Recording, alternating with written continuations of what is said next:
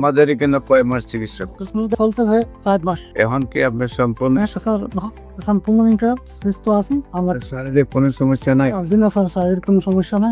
সম্মানিত দেশবাসী, করে আল্লাহর সম্মতে নিয়মিত 4 মাস চিকিৎসা করার পরেই এখন তিনি সম্পূর্ণরূপে সুস্থ আছেন।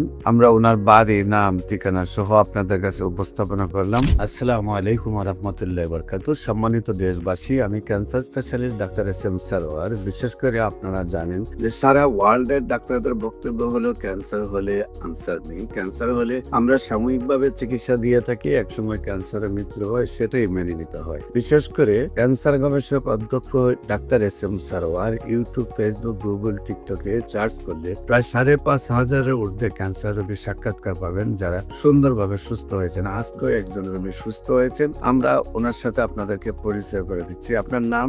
অনেক দর আপনার পিতার নাম? কৃপেশ দর, আপনার মায়ের নাম? হীরা দর, আপনার গ্রাম?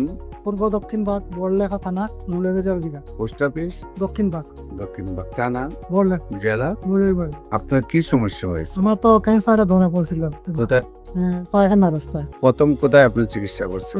প্রথমে আমি ঢাকাতে চিকিৎসা করছি। আমি রেডিওথেরাপি দিয়েছি 1 মাস।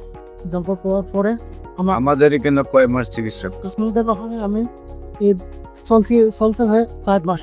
এখন কি আপনার সম্পূর্ণ স্যার সম্পূর্ণ সুস্থ আছি। আমার শারীরিক কোনো সমস্যা নাই? দিন স্যার শারীরিক কোনো সমস্যা না। সম্মানিত দেশবাসী, বিশেষ করে আল্লাহর সম্মতে নিয়মিত 4 মাস চিকিৎসা করার পরেই এখন তিনি সম্পূর্ণরূপে সুস্থ আছেন। আমরা ওনার বাড়ি, নাম, ঠিকানা সহ আপনাদের কাছে উপস্থাপনা করলাম।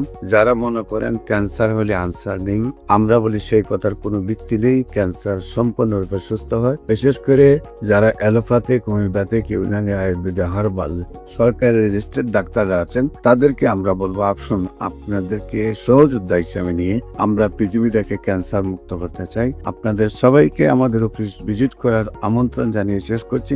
সবাইকে ধন্যবাদ। আসসালামু আলাইকুম ওয়া রাহমাতুল্লাহি ওয়া বারাকাতুহু।